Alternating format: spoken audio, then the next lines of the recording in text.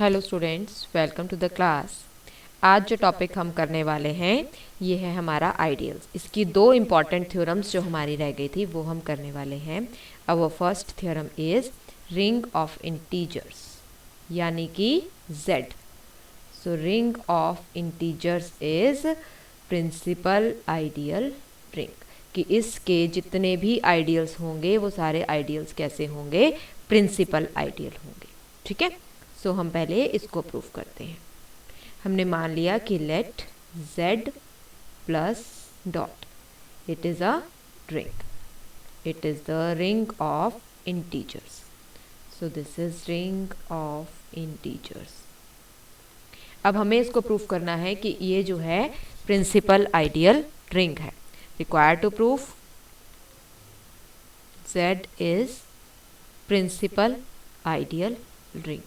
तो इसका मतलब हमें ये प्रूफ करना है कि जितने भी आइडियल्स हैं वो सब किसी एक एलिमेंट से जनरेट हो रहे हैं।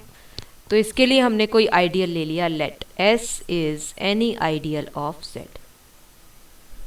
S को हमने कहा it is any ideal of Z। S अगर कोई भी आइडियल है तो S आपके पास क्या हो सकता है? S अगर जीरो होगा तो ये जीरो से जनरेट होगा। ठीक है, देन रिजल्ट इज ट्रू। ठीक है, प्रिंसिपल आइडियल हो गया ना, तो it is a principal ideal. तो हमने मान लिया so let S is not equal to singleton zero. इसका मतलब S में कोई नॉन जीरो इंटीजर्स हैं। ठीक है, तो मैंने क्या किया, S से हमने क्या ले लिया, हमने एक S पॉजिटिव की कलेक्शन ले ली। S पॉजिटिव की कलेक्शन क्या है? Those element S belongs to S such that S is positive integer. ये कैसे आया? ये आया कि अगर कोई एलिमेंट A एलिमेंट S में है, S जो है वो आइडियल है, तो इसका मतलब A एडिशन के रिस्पेक्ट में सब ग्रुप है। तो इसका मतलब माइनस A जो है वो कहाँ जाएगा? S में जाएगा। या आप ये भी कह सकते हो कि इंटीजर्स जो -1 है, -1 Z में है, A एलिमेंट S में है, तो -1 इंटू A S में जाता है, -A S में चला गया। ठीक, आप ये भी कह सकते हो कि A S में है तो कंडीशन क्या आई? A माइनस A S में जाएगा। दोनों एलिमेंट को सेम ले लिया, यानी जीरो बिलोंग्स टू S। फिर एक एलिमेंट मैंने जीरो ले लिया, दूसरा A ले लिया। जीरो और A S में है तो zero minus A belongs to S, that means minus A belongs to S। तो आप इसको किसी भी तरीके से प्रूफ कर सकते हैं, या ऐसे कर लीजिए, ऐसे कर लीजिए, नेगेटिव हर एक का आएगा। अब या तो A पॉजिटिव होगा या -A पॉजिटिव होगा, दोनों में से कोई तो एक पॉजिटिव होगा ना।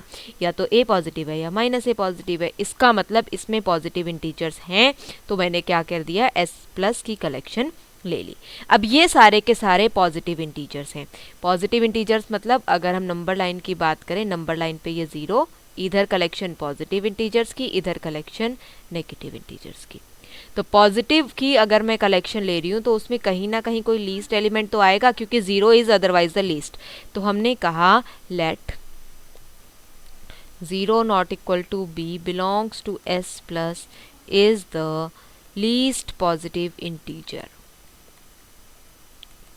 ठीक है, हमने इसको ले लिया कि this is the least integer which is positive. हम प्रूफ कर देंगे we claim that S is generated by B। ये हमने प्रूफ करना है। We claim that S is generated by this B। कैसे प्रूफ करेंगे? मैंने कोई भी A एलिमेंट ले लिया S का, इसको मैं B से डिवाइड कर देती हूँ। We divide A by B। ठीक है, हर एलिमेंट को मैं दूसरे एलिमेंट से डिवाइड कर सकती हूँ। तो मेरे पास A की बजाय S ले लो यहाँ पे, क्योंकि A B उस तरह से ले लेंगे हम, या चलो चलने दो। A S में है, A is equal to BQ plus R. Q is the quotient, R is the remainder. What is the condition of R? R is greater than equal to 0 and it is less than B. Divisor से छोटा होगा always. Remainder is always less than divisor. और minimum इसकी value क्या आ सकती है? 0 आ सकती है।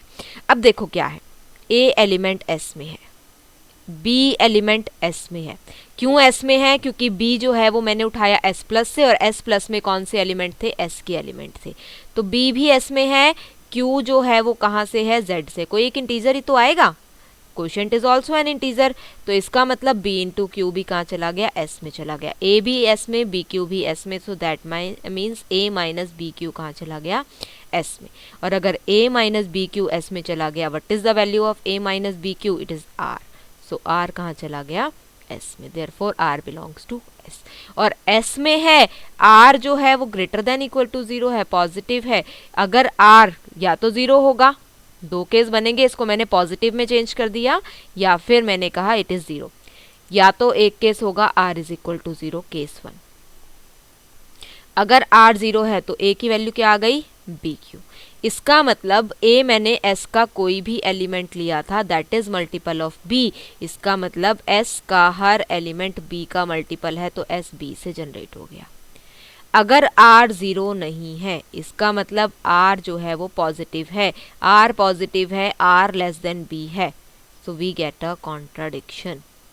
क्यों कॉन्ट्राडिक्शन आई, कि जितने भी पॉजिटिव एलिमेंट थे, r पॉजिटिव है, r s में है, सो इसका मतलब r कहाँ जाएगा, s प्लस में, और s प्लस में जितने भी एलिमेंट हैं b उन सब में लीस्ट था, b उन सब में लीस्ट था, तो b से छोटा r नहीं आ सकता, so we get a contradiction, that means there is only one possibility, r is equal to 0, और अगर r 0 है तो a की वैल्यू क्या आ गई, बी क्यू। इसका मतलब सारे एलिमेंट b के मल्टीपल हो गए, और अगर सारे b के मल्टीपल हो गए तो s जो है वो b से जनरेट हो गया।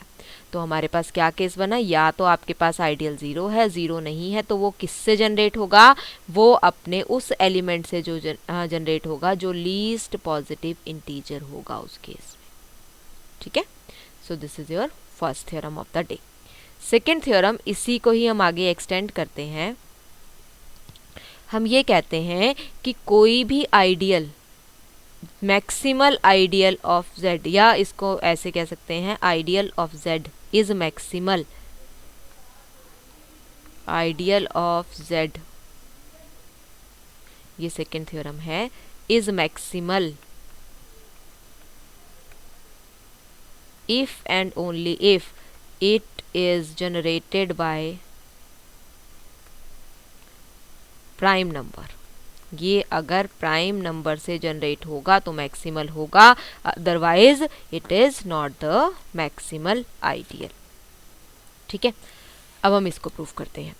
हमने पहले मान लिया कि let S is maximal ideal of Z।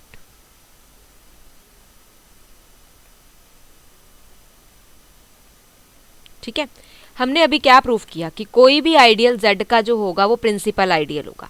यही प्रूफ करके आए हैं कि Z is principal ideal ring. इसका मतलब हर आइडियल एक एलिमेंट से जनरेट होता है। मैंने मान लिया S is generated by P। S जो है वो प्रिंसिपल मैक्सिमल आइडियल है, लेकिन S को हमने मान लिया कि वो that is generated by P। Maximal है, इसका मतलब कंडीशन क्या है कि अगर आपके पास S जो है वो किसी S डैश में कंटेन्ड है, S डैश फर्दर Z में कंटेन्ड है, देन या तो S डैश S के इक्वल हो जाएगा या फिर S डैश Z के इक्वल हो जाएगा। This is the condition of maximal ideal. दूसरा, S जो है वो Z पूरे के पूरे Z के इक्वल नहीं है, राइट। अब S किसी P से जनरेट हो रहा है, हमें क्या प्रूफ करना है, हमें ये प्रूफ करना है कि this P is a prime number. हमें इसको प्रूफ करना है this is the prime number. तो हमने मान लिया let P is not prime. P जो है वो प्राइम नंबर नहीं है। प्राइम नंबर नहीं है तो कॉम्पोजिट है, P can be written as Q into S।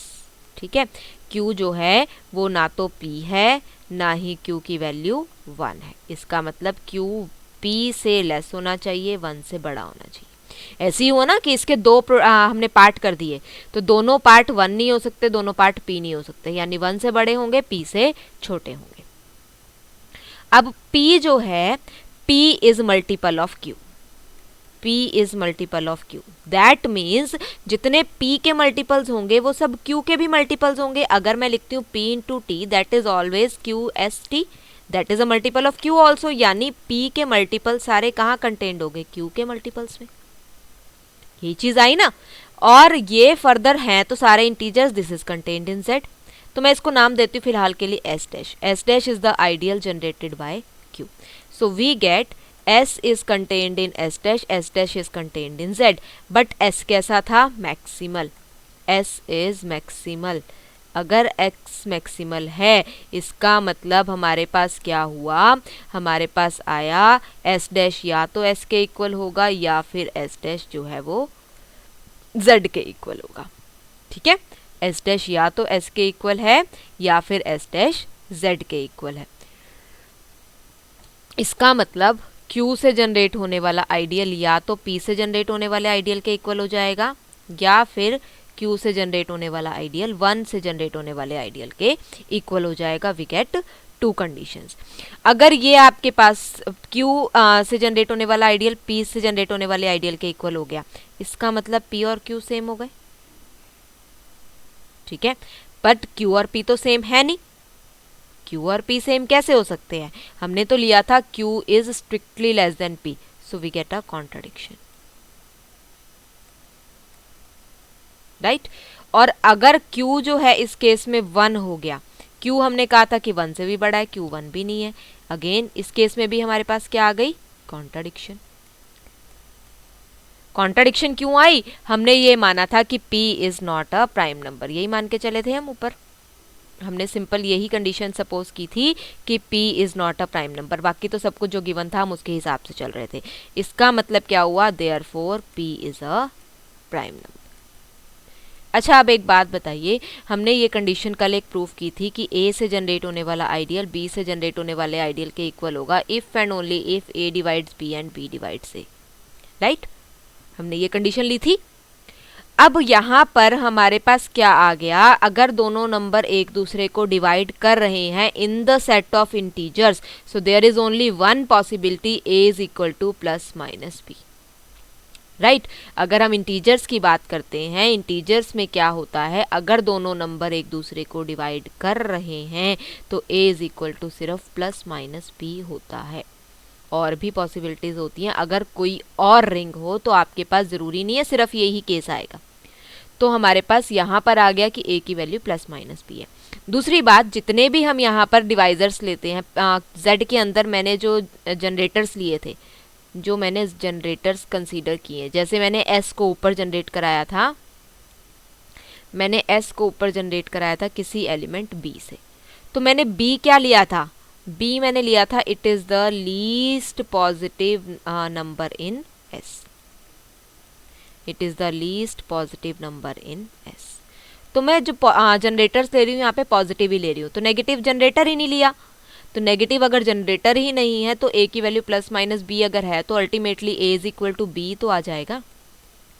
ठीक है, मैंने ये बात आपको क्यों बताई? मैंने यहाँ पे डायरेक्टली लिख दिया कि Q से जनरेट होने वाला आइडियल अगर P से जनरेट होने वाले आइडियल के इक्वल है तो P जो है वो Q के इक्वल है, या फिर ये दोनों आइडियल सेम है तो मैंने लिख दिया Q is equal to 1। But ये क्यों आया? ये इसलिए आया, हमारे पास प्रूफ हमने किया था A से जनरेट होने वाला आइडियल अगर B से जनरेट होने वाले आइडियल के इक्वल है, so we have only one condition, A divides B and B divides A। But in the set of integers, both numbers divide each other if and only if A is equal to plus minus B। और यहाँ पर हम plus minus ले रहे हैं, but generators हम positive वाले उठाते हैं सेट ऑफ इंटीजर्स में, इसलिए मैंने क्या लिख दिया? A is equal to B। So don't get confused with this theorem and this condition, right? अब हम चलते हैं कन्वर्स पे। What is the converse? Conversely हमने मान लिया, conversely let S is generated by P and P is a prime number. P मेरे पास जो है that is a prime number.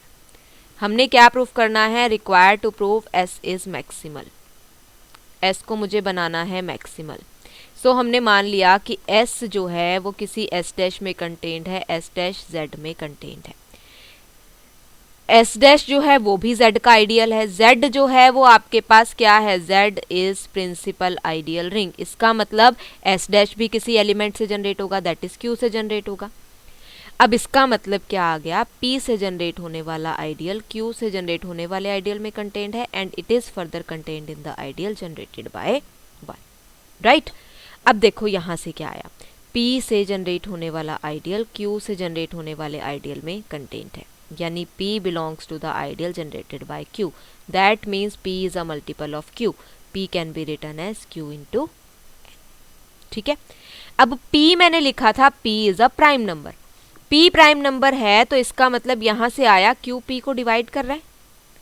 अगर एक नंबर दूसरे का मल्टीपल है तो दूसरा पहले को डिवाइड करता है। अगर p q का मल्टीपल है देन q डिवाइड्स p, और अगर q p को डिवाइड कर रहा है, p is a prime number, then condition is there are only two conditions, या तो q की वैल्यू 1 हो जाएगी या फिर q की वैल्यू p हो जाएगी, क्योंकि प्राइम नंबर के सिर्फ दो ही डिवाइजर्स होते हैं, या 1 या q। अगर q 1 हो गया तो आपके पास q से जनरेट होने वाला आइडियल और 1 से जनरेट होने वाला आइडियल सेम हो गए, that means s dash is equal to z। अगर q और p सेम हो गए तो इन दोनों के आइडियल सेम हो जाएंगे, इसका मतलब s dash is equal to s। यानी अगर s और z के बीच में कोई भी आइडियल s डैश था, वो s डैश या तो z है या s है, इसका मतलब s कैसा हो गया, s is maximal ideal, right.